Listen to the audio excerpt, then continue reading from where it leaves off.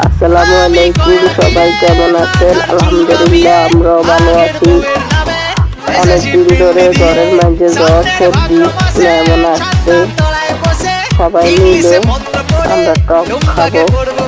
গাছের পেয়ারা পাচ্ছি, গাছের আমলা পাচ্ছি, তারপরে সাইলকে পাচ্ছি, গাব আছে, আমের আচার দিয়ে কাটির আচার তলকির আচার দিয়ে আমরা এখন বানাইবো, মানে বক্তা খাইবো। একটা কথা না বললে না, বেড়ানোর বাড়িতে সবাই মিলে এরকম দুপুরবেলা বানায়, মানে বক্তা করে, সবাই মিলে খায় টক মিষ্টি জাল। আসলে গরিব টাইম ধরে রাখা যায় না, নদীর ছোটো ধরে রাখা যায় না, এটাই হলো নিয়ম। এখনকার মানুষে এগুলো কম খায়, সময়ের অভাবে বানাইতে পারে না, খাইতেও পারে না।